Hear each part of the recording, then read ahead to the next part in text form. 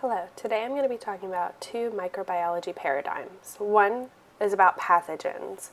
Pathogens can be obligate, meaning they rely on a host to complete their life cycle. And when they enter a body, they cause disease or cell damage.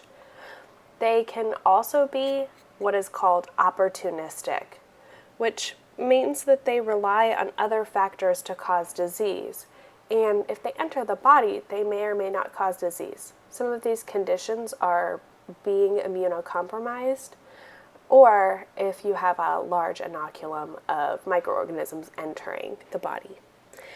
Another paradigm is about infections, and these can either be exogenous or endogenous.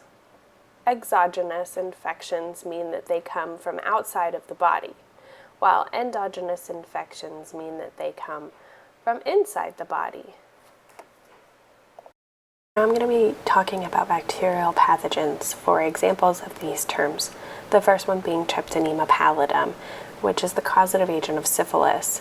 And it's actually an example for two of these terms because it causes both an exogenous infection, meaning it comes from outside of the body, and it's an obligate pathogen, meaning it needs the host to complete its life cycle and causes cell damage or disease as a result.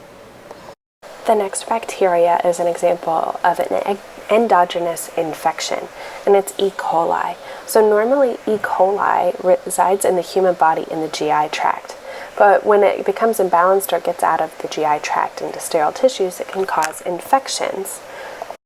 Finally, an example of our opportunistic pathogen is Mycobacterium tuberculosis, the causative agent of tuberculosis.